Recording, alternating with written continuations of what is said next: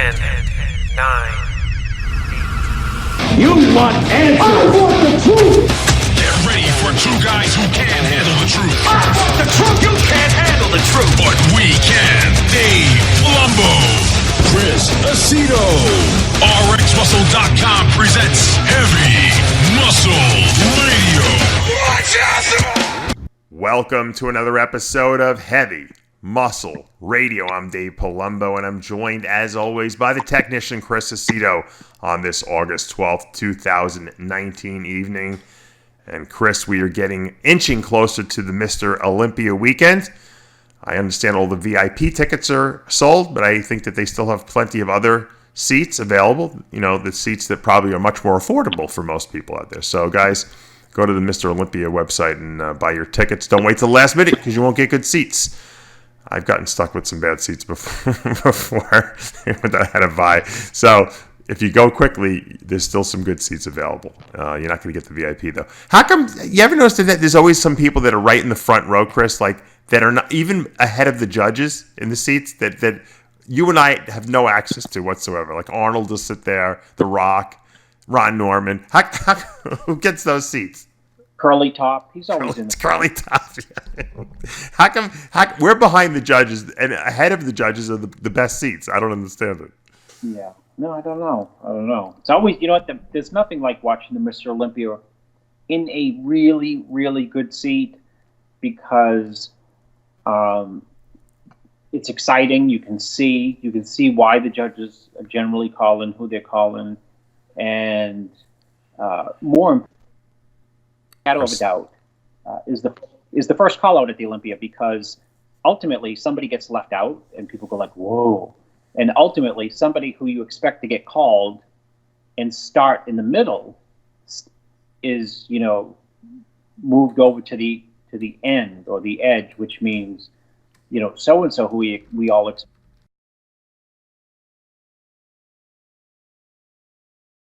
expected to be in there in the running is out of the running. No, you know what I love? I love when the first guy comes out or the first couple guys come out and you haven't really seen everyone yet. And a lot of these fans don't really realize how good these Olympia guys are. So you see a guy and you and I will look and we're like, he's all right. And, you know, these people go nuts, like, he's going to win the show. Yeah. And I'm like, are these people delusional? But they're used, you know, he's a big, usually like when Wolf would come out or big guys come out, it's just impressive to see that, especially if you haven't seen a show in person. And these guys, and the fans go nuts for it. And then you see like, you know, Jay come out or who's ever Mr. Olympia come out and you're like, oh, wait, maybe that guy didn't look that good after all.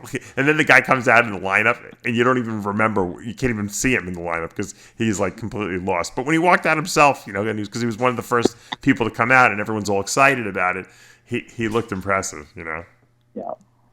It always surprises me. The Olympia starts exactly on time because you think like such a big show, something has to go wrong, and prejudging's at 9. It's like 8:57 and Ciccarillo's booming voice, like, you know, first competitor, and you're like, oh my god, I better get in my seat. Well, in the past, it was always they had the women's finals before the men's prejudging, so you're kind of there already, you know. But I don't know how they're going to do it this year. Exactly on time. For the whatever the time the prejudging of the men's Olympia starts, that's when it starts, and which adds to the excitement of it. Like, wow, you know, it's happening now. Well, it's the only show is actually watchable anymore, right? Because there's not like 4 million people, and this year they're doing an elimination round. Did you see that? I didn't know that. Yes, I guess if this is the new rule. I think it's for now. Oh, maybe it's for next year. I think for next year, for 2020. The rule will be if there's under 25 shows or something like that, under 18 shows or something like that, then it's the typical, you know, way you qualify. But if there's like over a certain amount of shows, because so many people qualify, they're going to have an elimination round at the Olympia, kind of like what they do at the Arnold, like where they have the cattle call. So if you make it to the prejudging through this elimination round, like the top 10, then you'll get your expenses paid. If you don't, then you don't go to then they don't pay for you and you don't make it to the prejudging. So, and you and I've been saying that for fucking 5 years that they should have that, right? Because it's ridiculous to have 40 guys in men's physique or 50 bikini competitors on an Olympia stage. It should be the best in the world. Yeah. So Well, that's kudos. I mean, that's the amazing, the growth of men's physique. The good thing is that the growth of the sport. The bad thing of the growth is the growth in the sport, because you have just too many people qualified. Well, that's why you do an elimination round, which is great. So in other words, I think they have like tier 1 and tier 2 shows.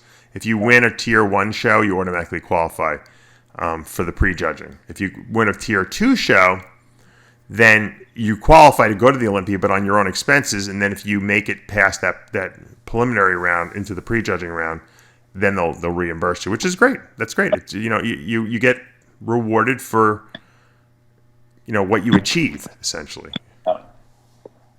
Yeah.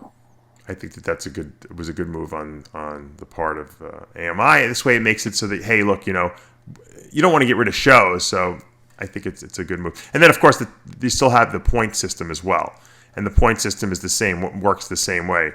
You get to go to the preliminary round and see if you make it. But for the men's open and 212, it really won't affect them because they have under the required show, so the system will be exactly the same as it is right now. Yeah. Although I think maybe did they say only top 3 point getters will go? I'm not sure. I have to look at that.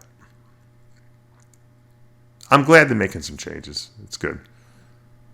I don't want to see 1 million people on the Olympia stage. I really don't. No one cares about anyone beyond the top 10. You know that. Yeah, that's true. Back in Arnold's day, what were there? Like 3 guys in the Mr. Olympia, right? Yeah. At the Pumping Iron, it was Arnold, Serge Nubret, and Lou. Well, it was actually right from the horse's mouth. It was Arnold, Lou, Serge Nubret, and we just Serge Nubret out, and then he showed up down there, and they said, "Oh, you here? You want to do the show?" Oh, is that really how it worked? He just showed up on. He didn't get the memo. He wasn't in the show. Yeah. No, he got the memo. They kept him out of the show, but he went down there to watch the show. Right. And they said, "If you're here, you want to do the show?" Like he had stopped dieting and everything for it. Oh my God, really? And he still beat Lou. What you see in that movie is just him in his everyday, because Sergio Nubret is not the type of guy like, hey, you can't do the show. He'd say, okay, I'm not doing the show. He'd still train the same way he would train 4 hours a day, because that's what he does. So do you think he got his expenses reimbursed after he placed second? He used to train. He would train 2 to 5 hours a day, every day, 365 days a year. That's crazy. That's why when he first moved to California, he was completely and utterly, no kidding, Dave, baffled. He didn't even understand what cardio was. He said, "What?" Yeah, well, you don't need cardio when you train 5 hours a day, I guess. I'd say to burn calories, and he would look at you like bewildered. What would he do for 5 hours in the gym, Chris? Oh, Dave, I trained with him once. I couldn't even. I thought I was going to be hospitalized. Is it just a lot of sets, or does he stop and take breaks, and then he'll go back and? He is a mind freak. He will do like this. Okay, Dave, you want to do back with me? Say, yeah. I'll do back with you. And he'd put on like pull downs, right? Mm-hmm. And he would put Charles Glass to shame on the angles. And because he would do every angle for back. So he'd do regular pull downs. You start and he'd do like 100 pounds for 10. Got it? Yeah. And so you do like something ridiculous. You're like 100 pounds for 10. And you do 10, and then he would do 10, and then he'd say, okay, next set, we do 110 pounds for 12. And you do it for 12. And the next set, he goes, we'll do 140 pounds for 14. Oh, my God.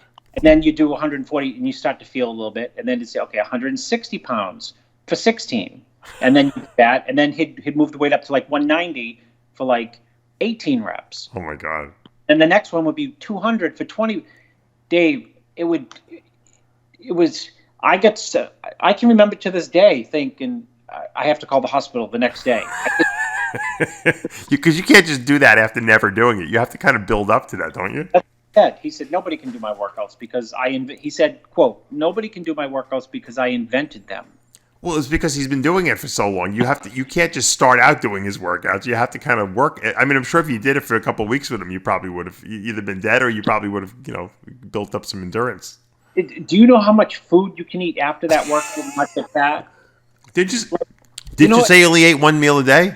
Yeah, he would eat one meal a day, but it would last like 1 hour. He would eat he would eat probably after that, he'd eat probably 40 ounces of chicken. And then he'd have maybe a cup of rice with it. And then he wouldn't eat the rest of the day? No, he wouldn't eat the rest of the day. So he had that intermittent fast and slack keto all in one, because it had to be keto, because adding 1 cup of rice would... Yeah, that's not going to right. You're not going to have any glycogen storage from that 1 cup of rice. And then it'd cover his whole body in pituitary every day, 365 days. I mean, it was just... Pituitary? He put it all over his body? He would put that pituitary on. He stunk to be like ketone pituitary. Oh my God! Tell people what pituitary was. Pituitary was They were in those little Krakow vials, right? It was a alcohol-based topical thyroid, and you put it on your skin, and your skin would feel like it was on fire. I'll give you what that was a French thing, right? French topical thyroid. The French had the best topical fat burners, right? They had percutacrine, they had thiomucase. You put that on also. Yeah, I know, but they came up with a lot of good stuff. They had Triacano, cream, right? You could smell Serge like his thyroid was probably through the roof. If you were in the locker room of the gym and he came through the front door, you could smell him because he smelled like pituitary, thyroid, and ketone. But the bastard trained. He was wonderful, man. He loved. Nobody loved, and he used to say, "Nobody loves training. Nobody loves training anymore." I said, "What do you mean nobody loves?" He says, "You do 5 sets for shoulder, and you want to go eat carbohydrate." He says, "I do 5 hours." So obviously he didn't work a job, right? No, and he would say his other quote was like, "If you love a woman, you crazy about her, you want to be with her every day." And I'd say, yeah, and he'd say, "If you love training, you want to be in the gym every day." He's right. The funny thing is, he was complaining about bodybuilders not liking training enough back then, and bodybuilders actually trained back then. Now, what would you say about guys today? Yeah, well, Dave, his enthusiasm for training. The first 10 days you're into bodybuilding, and you feel like you're just so crazy about it. You this is it. He was like that up until when I met him. I think he was in his 50s, 53, 54. 50 or something like that. Yeah. How did he die? I think he had a heart attack. He was like 70. Yeah. Or stroke or something. So much for his intermittent fasting. Maybe he gave it up later in life. Well, I think he had an injury that kept him from training, I think. And he did? Well, yeah. Imagine he must have been ready. He must have committed suicide then, because if he loved training that much and he couldn't train, forget about it. He used to say this for back, too. He would say, "You think Michelangelo painted Sistine Chapel with one brush?" Yeah. I said, "No." He said, "He used big brush, he used little brush, he used brush for detail." And he said, "That's how you tackle back. You do, so the way you do your back training, you do, compound movements, and then you do small movements, right. And then you do angle and that angle." He compared it to Michelangelo. Maybe that's what Charles Glass picked up all his techniques from. Yeah, but Charles finishes a workout in 90 minutes. He's got to train 400 people a day. I mean, he can't be in the gym 5 hours with one person. He modified. He took the Serge Dubray technique and modified it a little bit. That's all. I did see though him once. He once put I think I said this on the radio once. He put Thierry Pastel through a leg workout that I watched. Oh, and they're big on just pre-workouts before there was such thing as a pre-workout. What would they do pre-workout? Dinatel. What would they do? These names. Dinatel. Google it. Dinatel. What is it? It's like a upper of some sort from France. And you need an upper if you're going to train for 5 hours, Chris. Dave, the leg workout was, I bet Thierry Pastel did 225-pound squats for 5 minutes. Oh my god! And he had good legs too. Oh, incredible legs. And Serge would do, because he didn't believe, he thought big legs would throw off the flow of the physique. Mm-hmm. Serge would do something bizarre like 135, like Dave for 20 minutes. He would go down, up, down, up, down, up, down, up, down, up, down, up, down, down. He wouldn't stop and rest in between. He'd do like 60 reps and he'd rack it, and then he would like wait for like a minute, and then you'd think, okay, he's gonna get 5 more. Yeah. You know, lactic acid must be in the muscle. Oh my god, it's crazy. Yeah. Up, down, up, down, another 40, 50 reps. He'd rack it for like 3 minutes. I mean, Dinatel. Yeah, you need crystal meth before doing his fucking workout. You can Google it, Dinatel. Google. Dinatel. Percutacrine. I use unit percutacrine. Xenatel with a D. What is it? Dinatel. With a D. Yeah. Let me see if I can find it. I put in Dinatel, but let's see, Dinatel. D-I-N, Dinatel.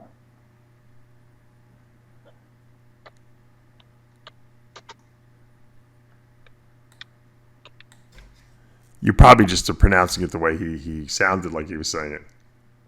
Oh, Dinavel? Oh, yeah, no, there is. Dinavel is an amphetamine.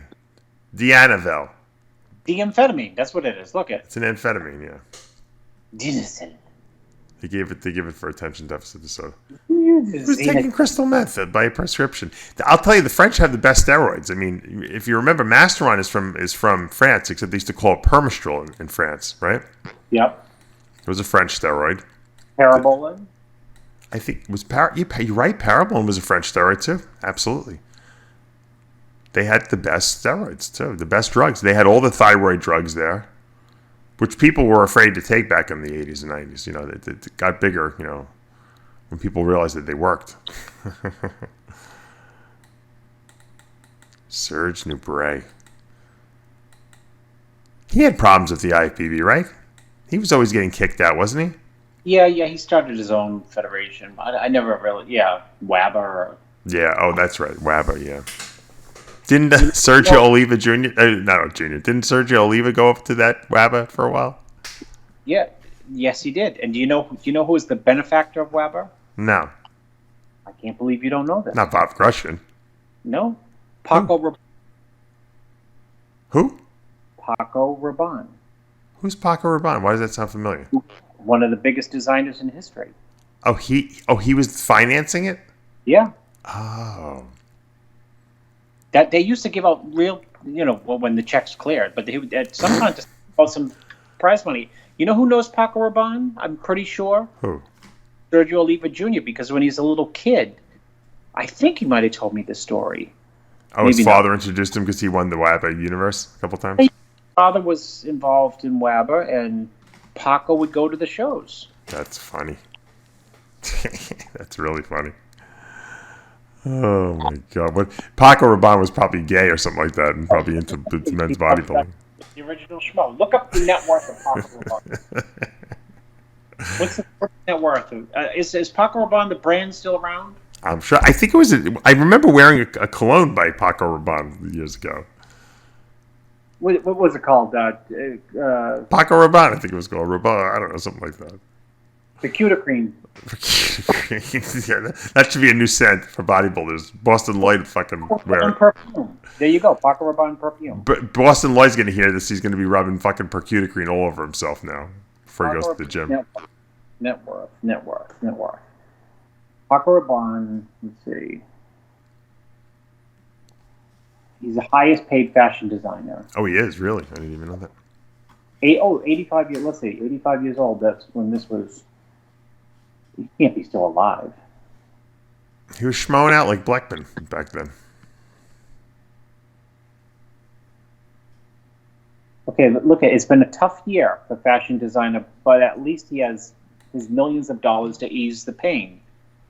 85-year-old Paco Rabanne has taken the #1 spot on People with Money's top 10 highest paid fashion designers for 2019. Wow. Still Looking going. at $75 million in combined earnings. Jeez.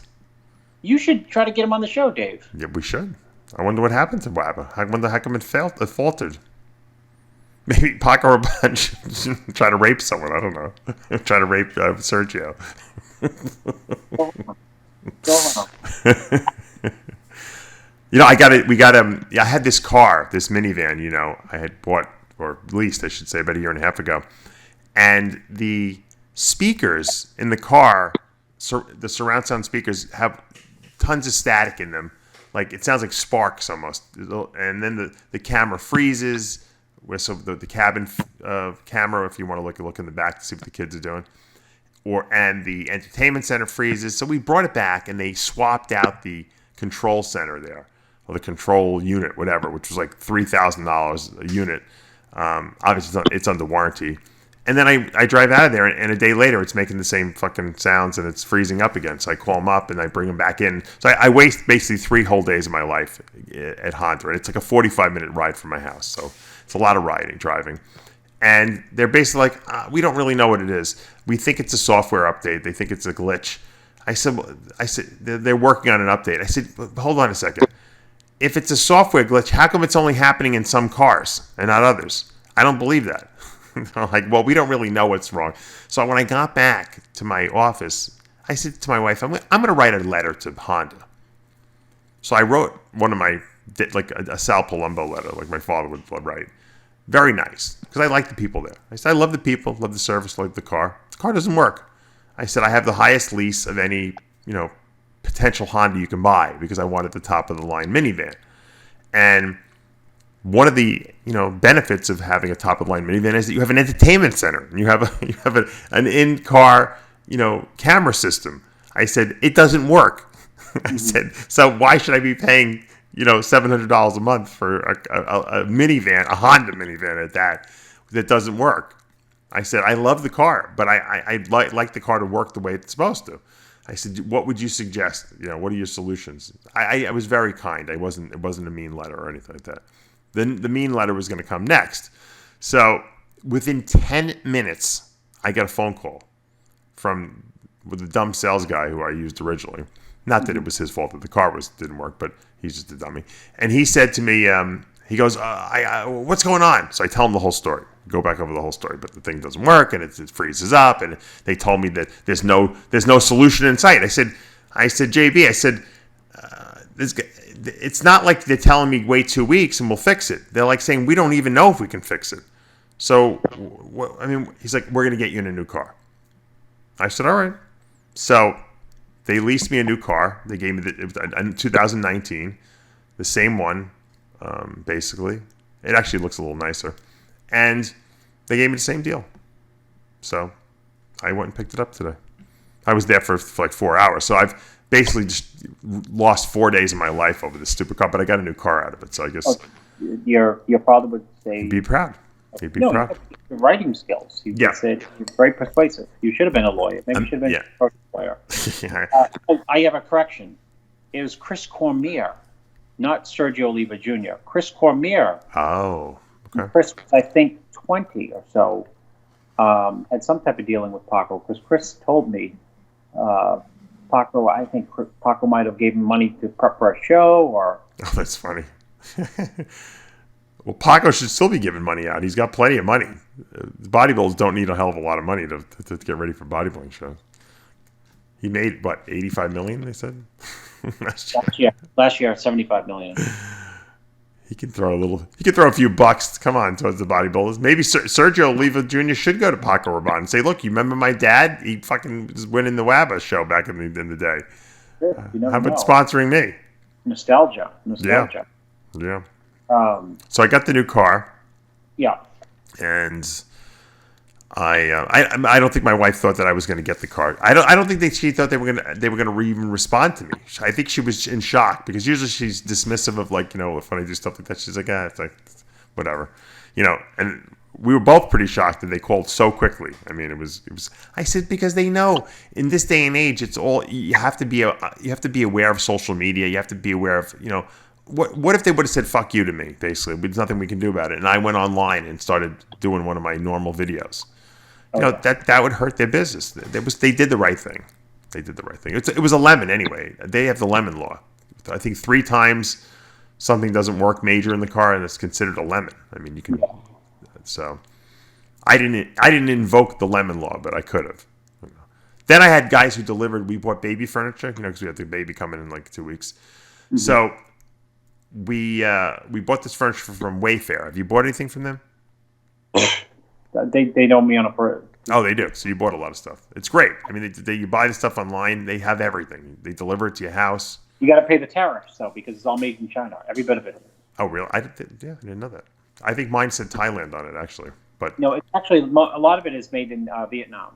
If you look at the little labels, like where it's made, a lot of the stuff is made. Yeah, my box said Thailand. So anyway, it was really nice. I got some wood. It was beautiful wood furniture. We got some bookcases the other day, but so there's a service you can pay $40 for, and they'll deliver it to any room in your house. They don't set it up, but they'll. In other words, they're not going to drop it at the curb. Essentially, they're going to bring it upstairs or wherever you want. So they come to deliver it last week, 7 in the morning. Like I really want them coming at 7 in the morning, and like getting ready to do it, and they're like, we can't get up the stairs. What do you mean you can't get upstairs? Well, we can't lift it up the stairs. Why not? I said, why not? That's what I said. Well, we can't make the turn, and then there's the baby gate up there. My wife's like, we're not taking the baby gate down. She's like, well, we can't get it over the landing anyway. I said, well, why would you come deliver something if you can't deliver it? So-and-so's got a bad back. I'm like, all right, bad back? I said, well, what delivery guys complain about having a bad back? You don't deliver if you have a bad back. You got to reschedule. So we called them up. We're going to send 3 guys, to deliver this thing properly. So they come to deliver it today. And one of the guys is 60 years old, at least, maybe older. In good shape, though. The other guy is like 400 pounds. They're like, well, we can get it up the steps, but we're not going over the land. We're not going over the baby gate. You have to take the baby gate down. My wife's like, I'm not taking it down because what if it can't be put up, again? And I got kids, and she's arguing with them, and I get the woman on the phone, and so I get the phone now. I didn't want to get involved. I get the woman on the phone. She's like, I said, look. I said they're willing to take it, lift it over the landing, over the staircase landing, which is much higher than the baby gate. What's the difference? If they can get it over, she's like, they shouldn't be taking it over anything. She's like, let me talk to them. I said, they're already halfway up the steps. They already lifted it over the high point. I said, why can't they get it over the baby gate if they can lift it over that? She's like, let me talk to them. I'm like, you can talk to them after they get done. So to make a long story short, I was going to videotape the whole thing.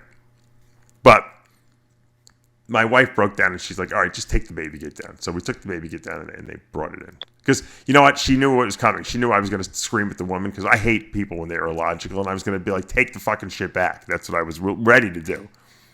I want my money back. Take the shit back. Who sends 60-year-old people and 400-pound fat guys to deliver fucking furniture? I've had furniture delivered before. No one had a problem bringing it upstairs. The same staircase. You send 60-year-old guys and guys that don't even fit up the staircase because they're so fat. How the fuck are they going to deliver it? This is the second time. They rescheduled it already once. You know what I mean? They already rescheduled because these other idiots couldn't deliver it. What kind of delivery people are Wayfair hiring to deliver the furniture? I said, look, I told the woman on the phone, I said, listen, you guys offer the service, $40. We'll put it in any room you want. You didn't specify if there's a staircase there. That's the deal. You guys made it. I didn't make the deal. I just paid for the deal. You want to take a guess how much Wayfair stock. Well, if you invested $10,000 in December of 2014 in Wayfair, I'm afraid to even ask. It's probably through the roof. What would it be worth today? It's got to be through the roof because they sell everything. They're like Amazon. Yeah, better. $10,000 invested in 2014 December is it would be worth $60,000 today. Wow. Yeah, I believe it. They got a good business. They got good stuff too, and it came without scratches. I was surprised. I got 2 bookshelves the other day, and then we got a whole room of baby furniture today. Well, for the rest of your life, for the next 3 years, whenever you need furniture, your wife will say, "Well, how about just check out Wayfair first." I need a desk too. I'm gonna buy it from Wayfair Because you know what? They do free delivery, which how could you beat that? I know. You go to the furniture store, they charge you for delivery. They don't do free delivery. And then, like I said, for $40 extra, they'll bring it wherever you want. And there's actually some of the furniture you can pay to have assembled too, if you really don't want to. If you're lazy like me. Luckily, most of the furniture was assembled already, and my wife put the. I can't put the stuff together. I had to bribe my. He was 13 at the time to put the stuff together, and then I had to tell everyone I put it together myself because you got you open up the package and it's 10,000 nuts and bolts. And I don't have the patience to sit there and do it. That's I could figure it out. I told my 13-year-old I could do this. It'll take you 8 hours though. Yeah. Patience. I couldn't even get the box open to, let alone the patience put it together. Yeah, I'm not like my dad. My dad physically, I know he couldn't do it because he has a mental block. I know, I know I can do it. I just don't want to spend 8 hours doing it. That's all. Yeah. So, yeah. So that was my afternoon. Furniture delivery and picking up a new minivan. Wonderfully exciting afternoon. I used to be in China and in Germany. Now I'm going to pick minivans up from Honda. Because I got a lemon in the garage, So what's going on now? I see they gave Cedric McMillan the special invite, and to the Olympia. For those of you who haven't been following, and I think it was a good move because Cedric had a lot of points. He got bumped at the last minute by Luke Sando, and he had, from what I understand, I think you talked to him. He was supposed to do the Tampa Pro, but he couldn't do it because he had some army maneuvers, right? Yeah, I think he was supposed to do Chicago as well. Oh, he was? I think he was supposed to. He likes to compete, so I believe him. He likes to do the small shows. Yeah. Well, I guess so he's in. So yeah, he got, so they gave him the exception because of the fact that he is military and like I said, he was 1 point away. I mean, it wasn't like the guy didn't compete. I don't. You know what? Here they probably my guess is no. Unlike you and John Amato, who say it's the most exciting show in years because there's a new Mr. Olympia being crowned, and I disagree. I think it's an unexciting show. You don't think if Cedric won the show and made the speech, it wouldn't be exciting? Let's just remove Cedric from a minute. Come on, man.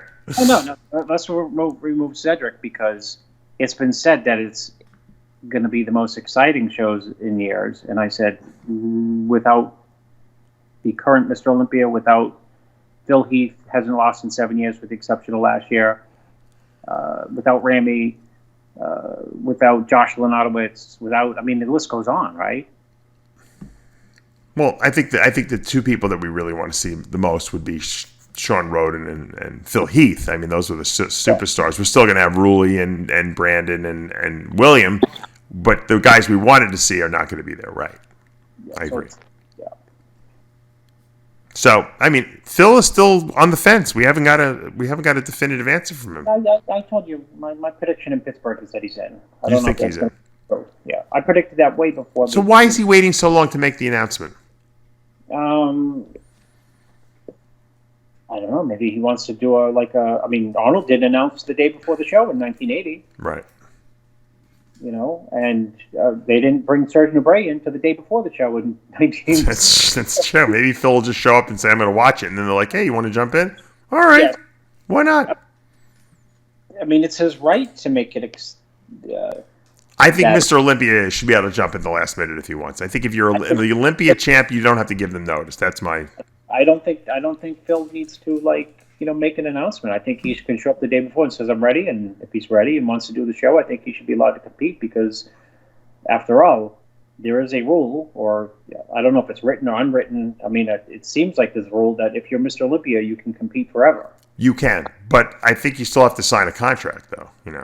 But there might not be any rules as to when you have to sign the contract. Yeah. So I mean, he's said so. I think Cedric is in the context of there's not a lot of people in the show. Maybe I'm wrong, but there's not a lot of heavy hitters in the show compared to, let's say, last year's lineup, right? I mean, last year's lineup was a dream lineup. Oh yeah, definitely. With crazy results, right? Crazy results from Shawn's result, from Ramy's not result. So I mean, it's a different lineup, and the excitement running into it. I think you can't compare what running into this year's versus running into last year's. I mean, if you remember last year, Shawn was on the record saying, "I'm winning this Olympia." By the way, I'm making a prediction right here on Jay's,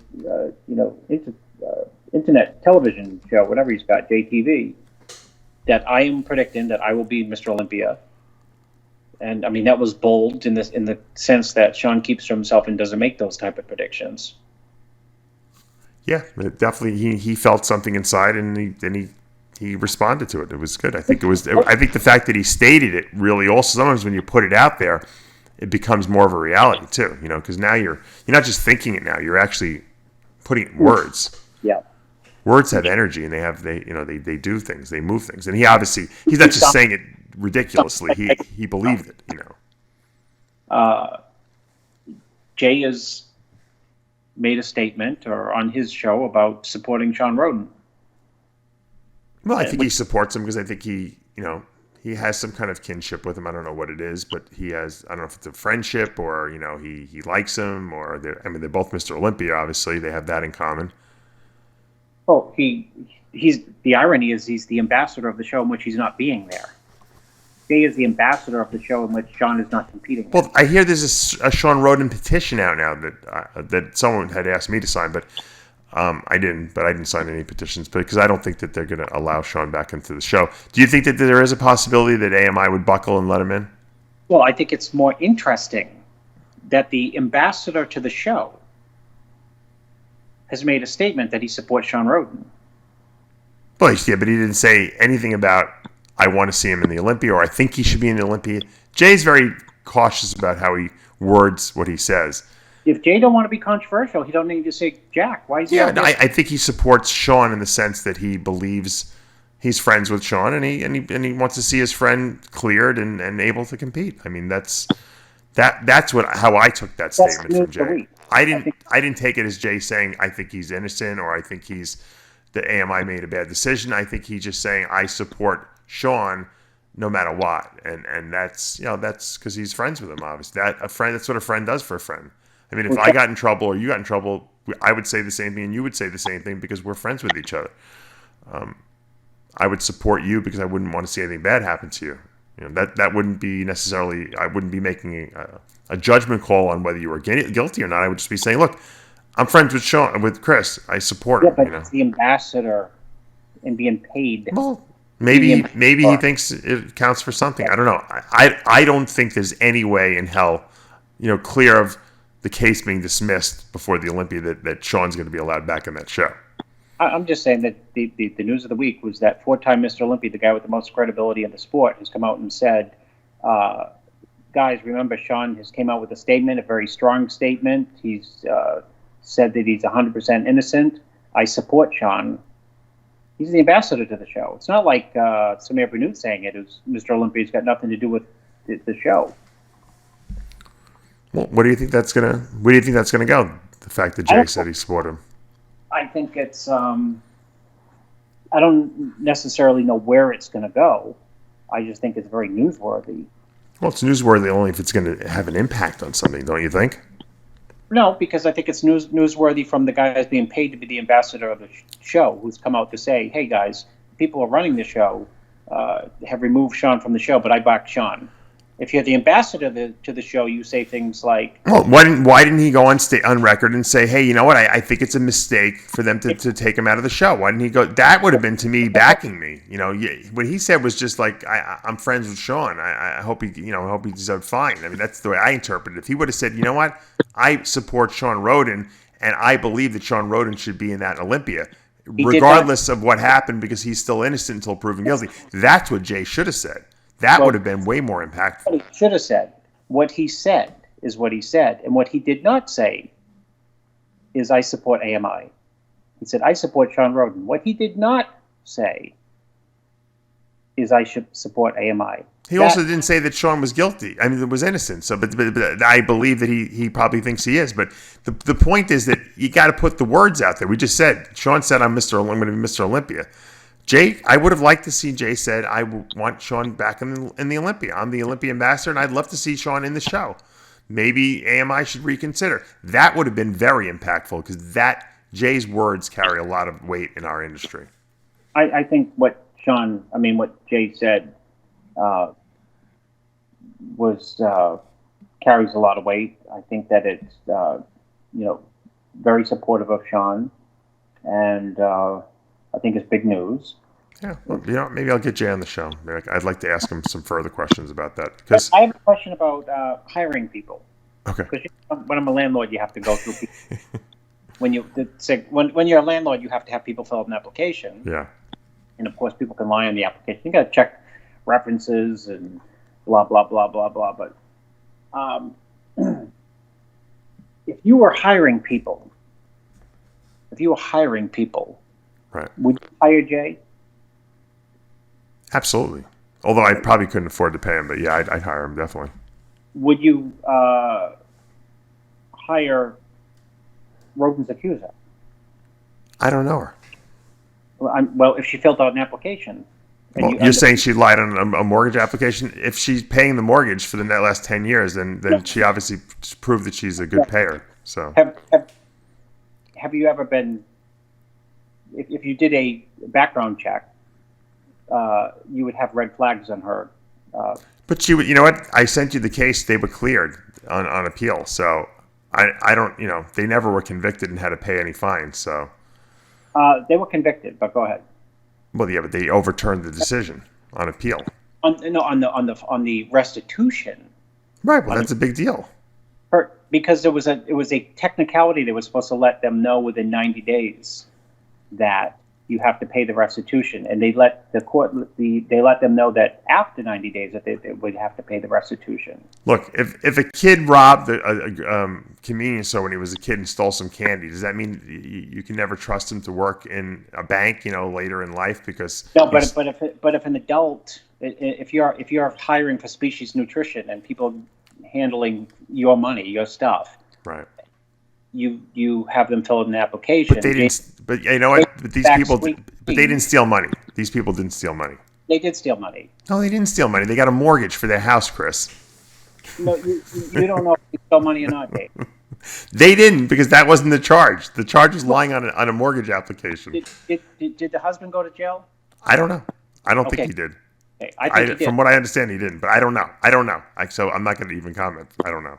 So So if you had the choice of two applicants, applicant one and the person who's been in trouble in the last 5 years with the FBI and I wouldn't hire them. Absolutely not.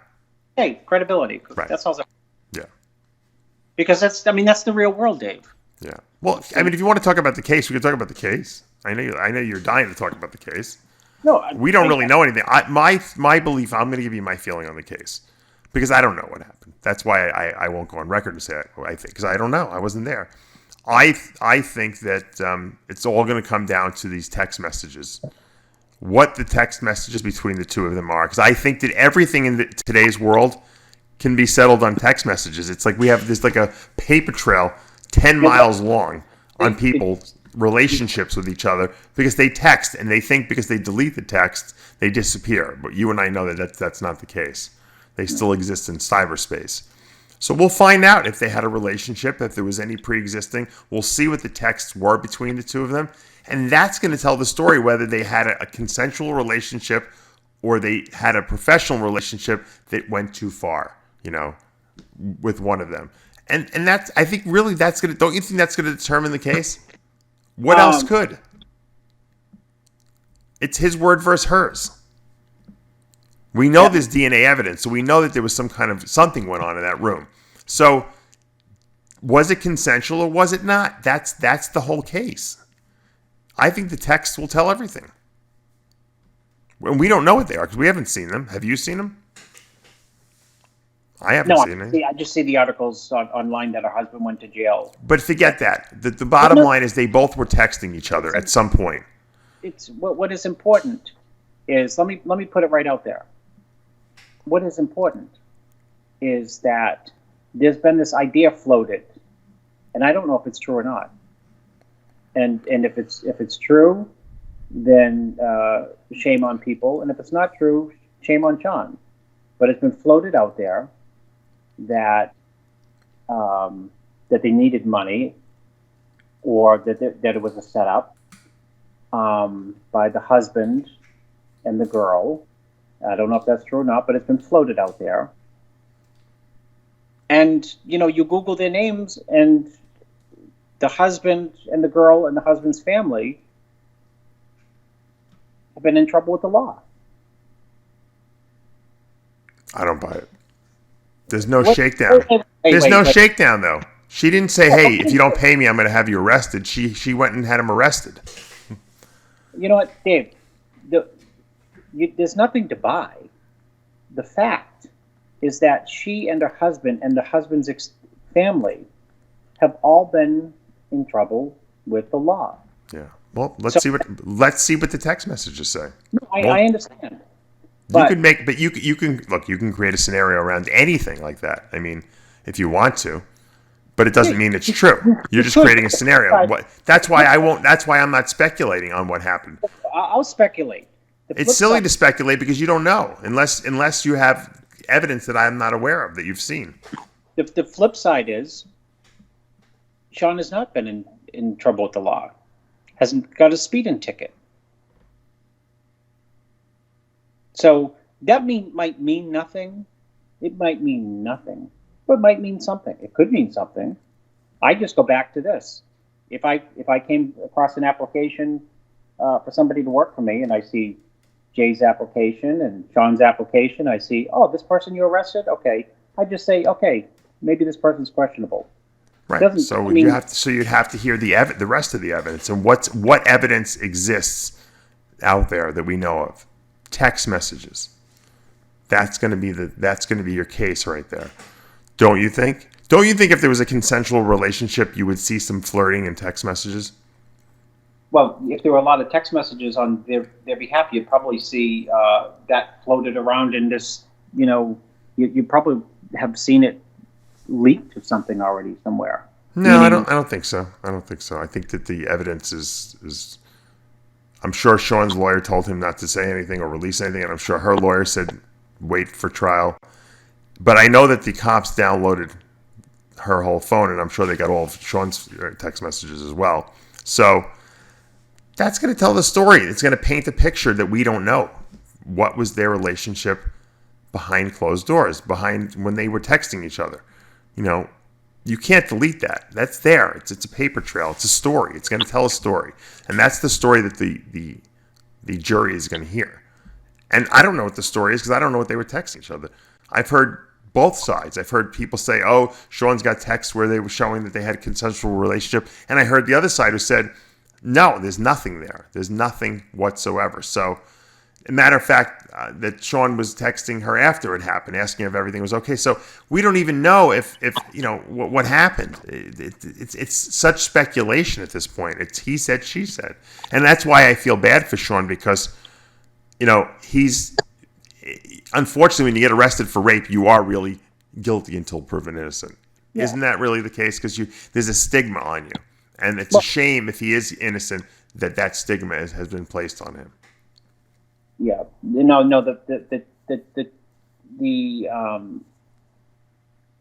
part of the nuanced tragedy of the scenario is that an arrest warrant came out, and within 1 hour, maybe within 1 hour, AMI had suspended them from the show. I think they knew about it before. I don't think this was something that they reacted to that quickly. I think that they had already known about it, that it was coming out, and they were already making decisions and deciding what to do before that. That's what I believe. I think they had insider information on it. Other people knew too that it was. I'm sure Shawn knew it was coming down, right?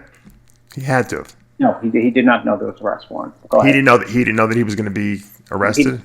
Arrest warrant. Go ahead. His lawyer wasn't made aware that the DNA evidence had come back? He did not know there was an arrest warrant. Really? Wow. Usually they tip you off on that, you know. Maybe they wanted to make a whole big deal about it. So, since he didn't know, so there's the only little bit of forthright information I've provided on this show. Since he didn't know, Right. and there's an idea that AMI knew, but he did not know. Well, maybe they didn't know then. What let me ask you a question. If he knew that they were obviously had taken a DNA sample of him and they had they were testing it. God knows why it took 8 months to get back the results. But had he tipped off it? Had he told anyone like the IFBB or AMI at all what had been going down? Like I don't know. That would have probably been a cool thing to do. Say, hey, look, guys, they're this is bullshit, but it's they're investigating me, and I just want to let you guys know in case something happens. I don't even know if anything's going to happen, but Yeah, that's 2020 hindsight. Sounds like it's a Bob Ciccarello line, but go ahead. I think Bob did suggest that actually. Passes, Dave. Maybe you will. Because why would you? Well, there was definitely talk about him getting. I remember you and I discussing off camera the fact that something had happened in Utah back in October when it happened, and then it kind of just disappeared. So I figured it just went away. There was no truth to it. I didn't know that they were doing a whole investigation on it. I'm sure Shawn knew that they were investigating something.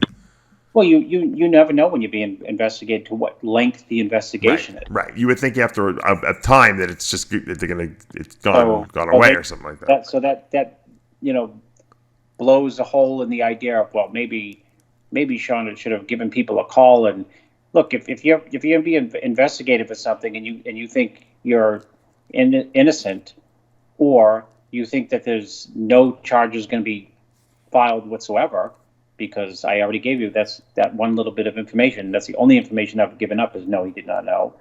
So why would you make a mountain out of a molehill? Well, I heard behind the scenes, and I don't know if that's true or not, because that's why I'm not going to say it's true, because I don't know, that he was made aware that when the DNA came back, that it came back positive, and the story changed then. It depends on where you hear stuff, because I told you the name of the girl, and you said your sources said that was not the name of the girl, and I beat the horse that's the name of the girl because she's lied to the FBI. I mean, how clear can you get on that? And apparently, your sources were A+. So I mean, I didn't have. I don't have A+ sources. I guess my point is that I don't believe anyone should. I don't believe anyone, Chris. By the way, so I let the courts decide that. That's not my duty. I'm not a judge. The flip side to that phony argument that maybe Shawn should have met with AMI. You know what? Maybe AMI should have given Shawn a call and said, you better get your ass here. We need to discuss this with your lawyer, and we're only going to give you 1 day to, Yeah, that would have been nice. And, that would have been very nice. So don't put the burden on the athlete. I think they would have taken him out of the. He would have been taken out of the show either way. It wouldn't have mattered. But they could have called him up. Who cares? You didn't extend any benefit of even the doubt and saying, let's give Rick Collins a call. Let's give Shawn a call. Make sure they get here today. Drop everything they're doing, and we're gonna discuss this with him right now. Right. And maybe they come to a different conclusion. Maybe they come to the same exact conclusion.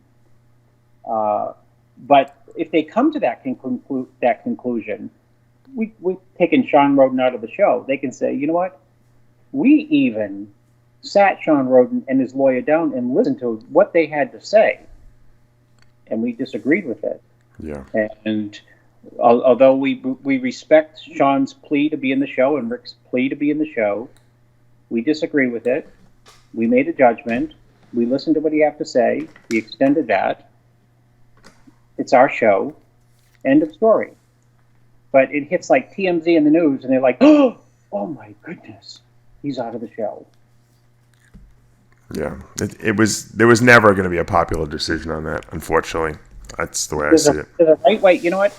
There's a right way to do things, actually, in a wrong way, and they handled it wrong. It wouldn't have mattered if they would have waited 48 hours to make the decision. They could have done some diligence behind the scenes, which I'm sure they did anyway. But they could have talked to Shawn, like you said, and let him know before he read it online somewhere. That's probably the only thing that could have changed.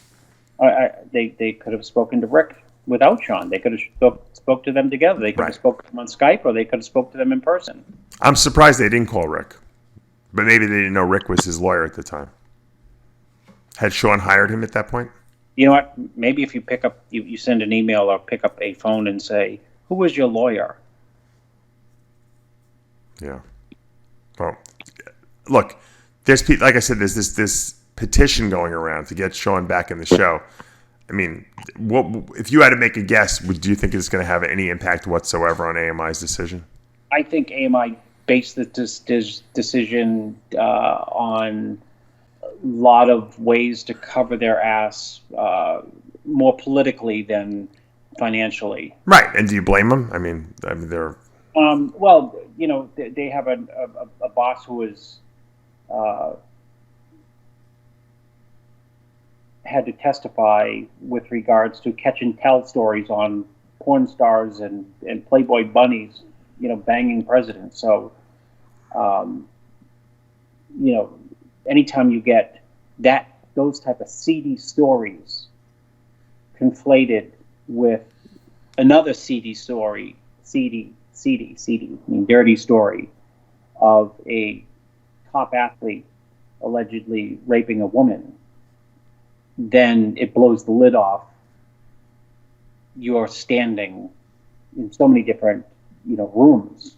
Well, I think they don't want to look like they're supporting anyone who's disrespectful to women or even violent to women. That is the point. That is the point, because they supported someone who was disrespecting, apparently. I mean, they supported, you know what story I'm talking about Karen McDougal and Stormy Daniels, and I mean, they paid for those stories to not be told, and people were upset about it. And those are weird stories that have to do with possible infidelity and. But not rape. No, but not rape. But this just one-ups it. Well, this is way worse. Yeah, this is way worse, Chris. Well, the crime is, but it just the crime is. But way not worse. only but how it reflects on you as a company politically. Well, I don't. You know, if you have a bad rap or something went wrong, you're not going to try to make it worse by. That's what I mean. Not politically, but reputation. I mean, you already have a reputation of buying up stories so that they don't get out about infidelity and, you know. But once again, infidelity and rape are two different things. I mean, I think that, look, people cheat. We know that. It's not illegal. It's not good, but it's not illegal. You know. But Trump was banging Stormy Daniels, and they paid her $130,000, to which he denied, to which it was proven that he did pay it before the election, so that it wouldn't reflect that on him. So that's a black eye to AMI. So this would have been like a lights out black eye. Well, yeah, they couldn't support a rapist or a potential rapist. You know, I think that was the problem. It's a shame, you know. Like I said, everyone wanted to see Rhoden in the show, and it is what it is. You know, it happened, and hopefully, you know, Shawn will be able to stay focused on his training over the next year. And I think by next year this will be settled. I think probably within 6 to 8 months. That's when the trial is slated. That's usually the time frame it takes to go to trial and stuff like that. So by next year's Olympia, you know, assuming he's cleared, he should be able to compete again. So maybe they'll call Jay as a character witness, the ambassador. Well, maybe they will. I'm sure Rick has a strategy he's going to employ. They're going to have to get character witnesses on both sides, right? I would assume. It's going to be an interesting trial. It really will be. You know, from the perspective of a legal trial. I'm not talking about in terms of... If they subpoena you as a character witness for Rhoden? I would say I had nothing good but good stuff to say about him. I have a very good relationship with him. I consider him a friend. I've never seen him act, you know, in a way that would be, you know, violent or disrespectful to anyone. If anything, he's a happy-go-lucky. That's exactly what I would tell you. But that's the side of Shawn Rhoden that I know, and that's the truth. Well, that's why I keep harping on it, because that's. But it doesn't mean that he didn't do the crime. You know what I mean? Because we don't know what happened. That's why I said we need evidence. You can give all the character witnesses we want, but the bottom line is what happened in the room. That's what those lawyers have to recreate. The prosecutor has to paint one picture, Rick's going to paint another, and the jury's going to decide who they believe. That's how it works. I heard if they subpoena you as a character witness, you're going to get Zach Kahn as a consultant. He's going to be my lawyer, I think. So what's going on now? I saw that Jay and Dexter were making a big announcement about there's going to be a show next year that's even giving more prize money than the Olympia. What have you heard about that? Everybody, if I get another text message from somebody who asks me, "Have you heard?" The only thing, you know what, I tell people, people ask me, "Have you heard about this big show?" And I say, "I've only heard from everyone asking me, have you heard?" So now I ask everyone else, "Have you heard?" And people are like, "Well, I've heard, but I don't know." Is that the show that The Rock is promoting, supposedly? I heard that The Rock was going to promote a big show, an open show, a 212 show. I'm not sure what. I think it's 2020. You tell me. What have you? Well, I've been hearing this for the last 3 years that he was going to do a show, and I still have not seen it actually come to fruition yet. So he was supposed to cover the Olympia one year too, and they never did it. So I don't know. Let me ask you this. Yes. The Rock comes in, and he says, "I'm going to have a show, and I'm just more money than any show on earth." Right.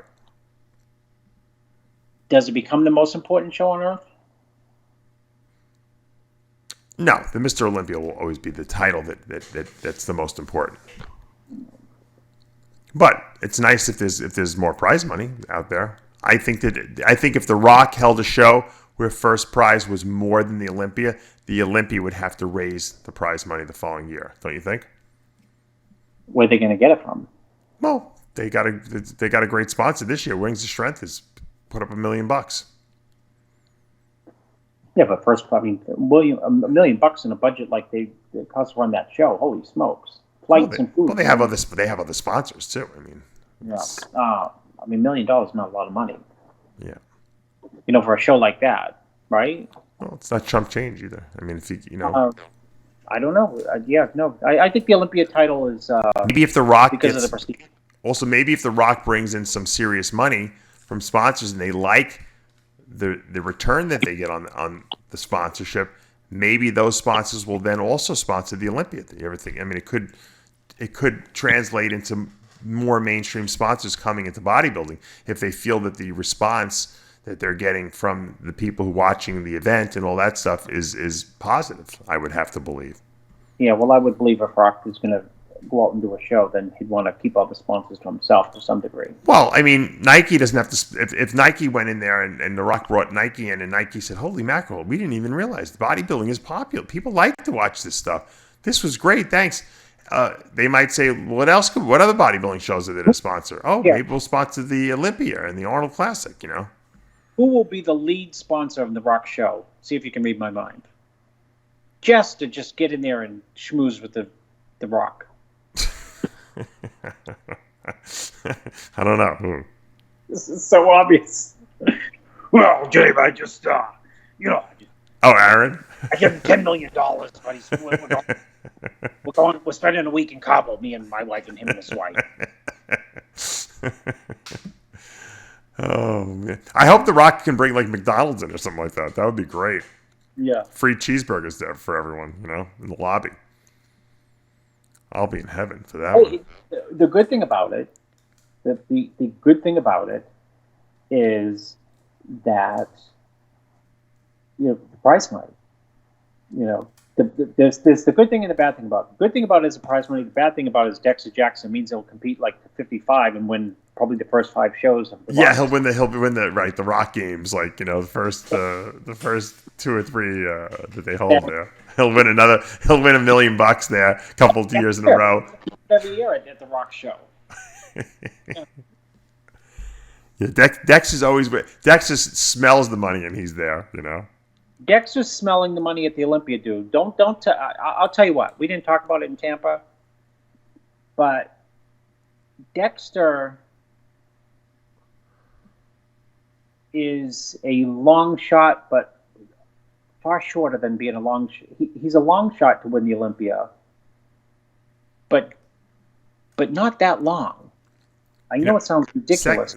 Chris, second place is $200,000 too, so that's no chump change. Well, you know what? I do this. It's like, he's. I know second is $200,000, and third is what, $100,000. So I mean, Dexter's going to walk away with some money in his pocket for sure. He's been walking away with money for the last 20 years. I mean, he's won 29 shows. If you, how much? Just 29 shows. How much has he won at those 29 shows? I don't know. A lot of money, probably. I mean, in many of those shows, He's got 6 Arnold Classics in there, right, or something like that.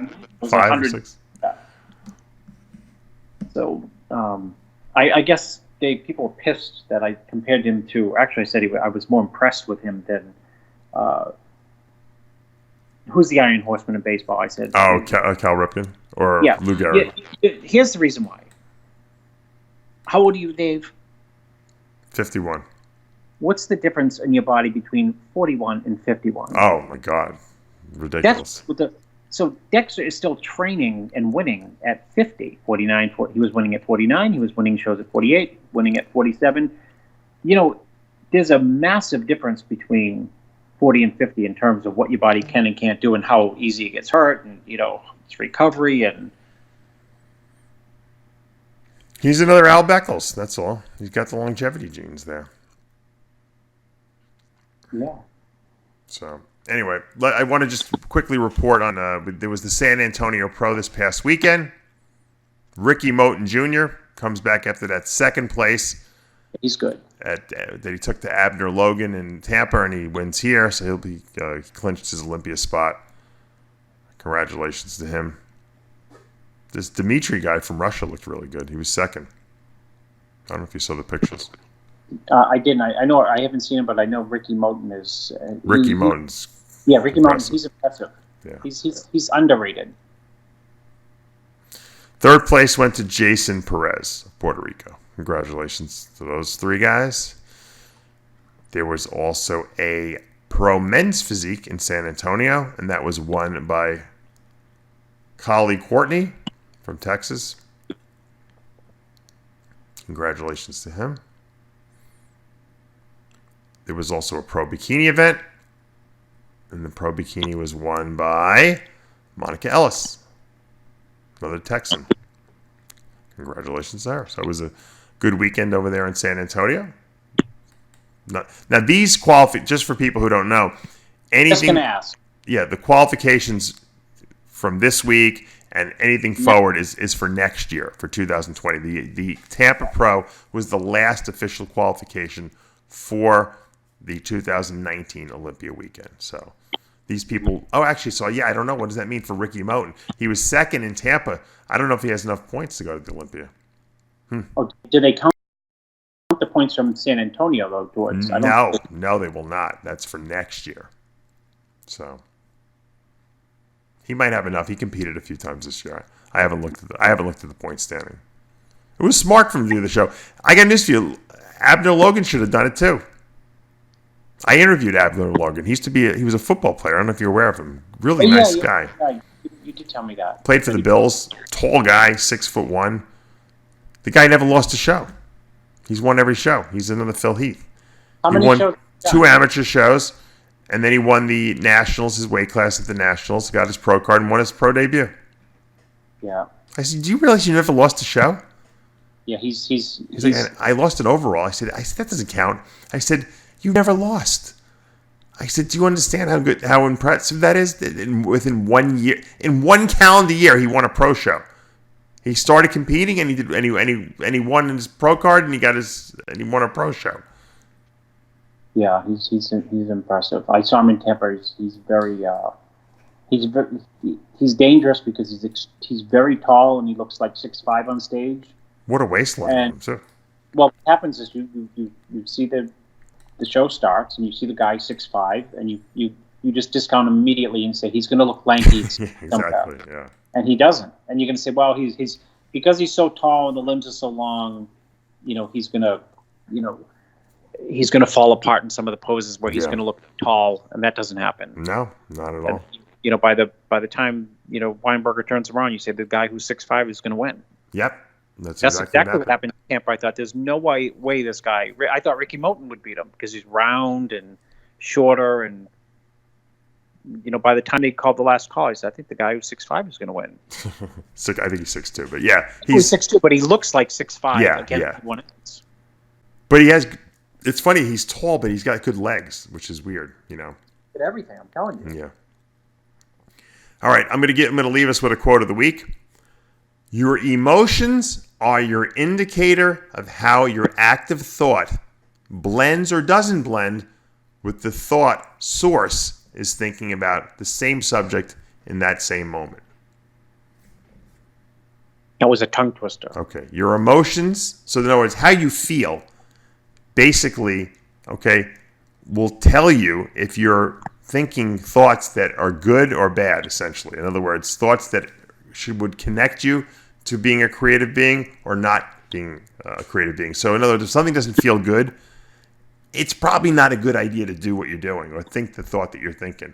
If you like, let's say you love video games, okay, and when you think video games, you're playing video games, you're so happy and your emotions, that's a good thing. That means you're a creative being.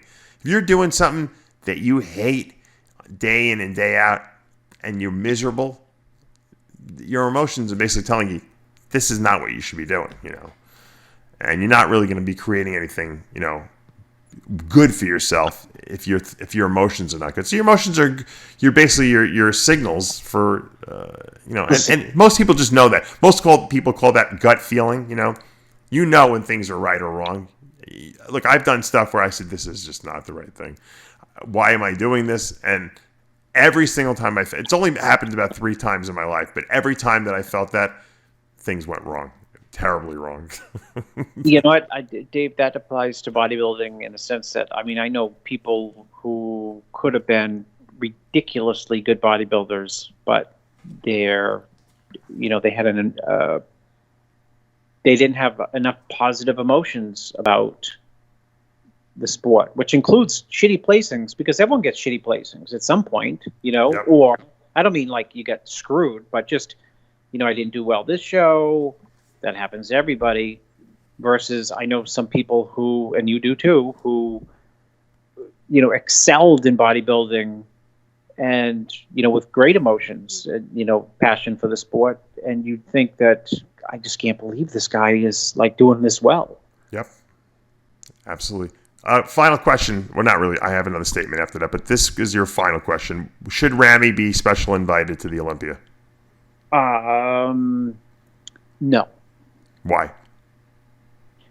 I don't believe in the special invite. But there are weird exceptions. And do you think the Cedric one was a good one? Yes, only for 2 reasons. Yes, because there's people who have dropped out of the show. Yes, because there's people who we wanted in the show who didn't compete this year, like Ramy. Looks like Rhoden's not in the show, but even though he's still training for the show, that could change. Who knows? There was some anticipation, even though Phil announced very early that I'm not doing the show, that maybe he'll do the show. So to some degree, it's anticlimactic to some degree. So adding Cedric was the guy who was on the edge in terms of points. So you can justify had he done Tampa and got 5th place, he would have had a point. Right. And I will tell you this. He would have done damn well in Tampa and Chicago. Oh, simply because he sent me pictures and I said, "Wow, you look great." Right. Whatever you're doing, you look great. It's an impossibility that he would not have gained a point in Tampa, and I know his intentions were to do that show. So, I read that statement. I saw the statement that was put out. So there's certainly justification for that. And Ramy hasn't competed, so at all this year. So I mean, why should he get a special invite? Yeah. Well, I mean, would Joe Eater have given him the special invite? 10 years ago? No. No, real okay. I don't think he would have. No. Joe liked the big freaks though. No, I know. I mean, do you think he should have been? No, because he didn't compete. If he would have competed and been a couple, like a point or two off, I think then yes. No, because you could have said this is that you could play the devil's advocate and say there was opportunity for you to compete in Tampa. I know he had the shoulder injury, or that's what I hear, right? Or you hear actually? Yeah, but he posted pictures yesterday or today. He looked great. I mean, so. He couldn't do Tampa. Tampa was last week. I mean, come on. Well, maybe we predicted that. It's so funny on the show. It had to be 6 months ago when there was talk of we hear Ramy doing the Tampa, and I said, "Well, that's Dexter's show. He's already announced it. Not that they're going to give Dexter the show. I don't mean that, but he's training to win it. Dexter's very capable of winning shows when he's trains to win them." I think Ramy got cold feet. I do too. And that's, to me, that doesn't deserve an Olympia qualification. If you can't get on Tampa Pro stage, even if you're only 90%, I'm sorry, you shouldn't. You shouldn't be allowed to compete. The flip side. Let's say this: I would be amendable to having him in the show if last year. If he was second in the Olympia, and you looked at the scorecards and you say, "Look, he had 3 first place votes." Well, he would have automatically qualified had he been second. Right. So. That's right. Yeah. Well, we'll see what they do. I have a feeling it has to go back to the quote of the week somehow. His post on Instagram seemed a little desperate. Yeah, he was almost like, "I'm going to be there anyway.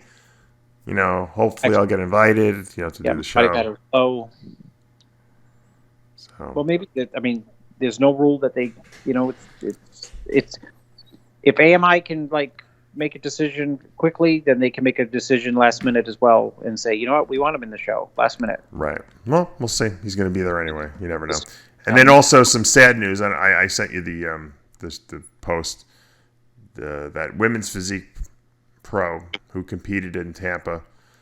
Her name is Mariola Suarez. She died of a heart attack a couple days ago. No one really knows any information about it. I heard diuretics and over dehydration, but who the hell knows? No one really knows what. Until the autopsy comes out and the results are released, we won't know. But it's very sad when you hear stuff like that happen. I hate to hear that. It's one thing when someone dies, an older guy. Even David Dirth, who was, that was a terrible death too, by the way. We didn't really talk about that. I did a whole rant, not a whole rant, but I did a whole news story on it because I had David on the show. I talked about it with Lee also. And obviously we sent tremendous condolences out to his family. And this was just a terrible loss. He had gone to the hospital for bicep repair surgery. He had a couple of abscesses on his bicep.